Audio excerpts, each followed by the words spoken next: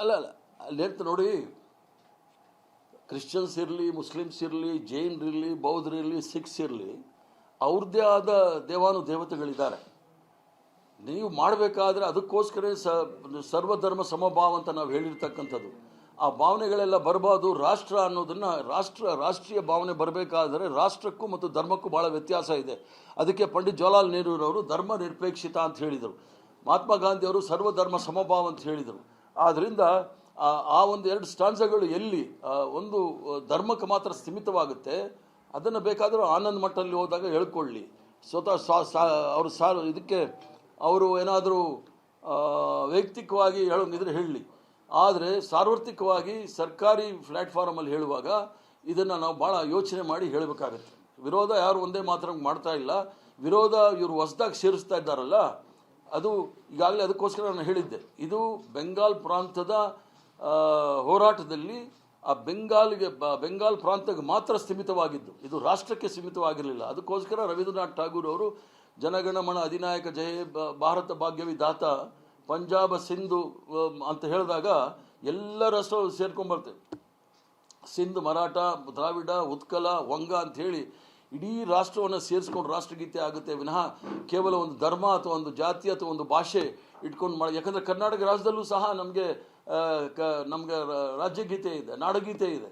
ಬೆಂಗಾಲಲ್ಲೂ ಸಹ ನಾಡಗೀತೆ ಇದೆ, ತಮಿಳುನಾಡಲ್ಲಿ ನಾಡಗೀತೆ ಇದೆ. ಅದನ್ನು ನಾವು ರಾಷ್ಟ್ರಗೀತೆ ಅಂತ ಹೇಳಲಿಕ್ಕಾಗತ್ತಾ? ಆದ್ದರಿಂದ ಇದನ್ನು ಇವರು ಮಾಡ್ತಕ್ಕಂಥದ್ದು ಕೋಮು ಭಾವನೆಗಳನ್ನು ಪ್ರಚೋದನೆ ಮಾಡಲಿಕ್ಕೋಸ್ಕರ ಬೆಂಗಾಲ್ ಚುನಾವಣೆ ಮಾಡ್ತಾ ಇದ್ದಾರೆ. ಇದನ್ನು ನಾವೆಲ್ಲರೂ ಸಹ ಖಂಡಿಸಬೇಕಾಗುತ್ತೆ.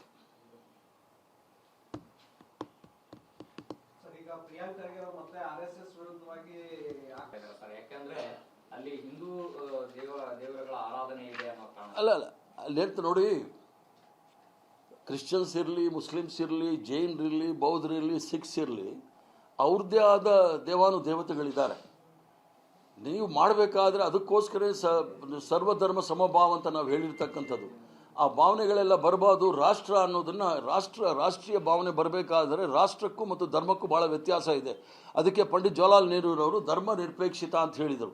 ಮಹಾತ್ಮ ಗಾಂಧಿಯವರು ಸರ್ವಧರ್ಮ ಸಮಭಾವ ಅಂತ ಹೇಳಿದರು.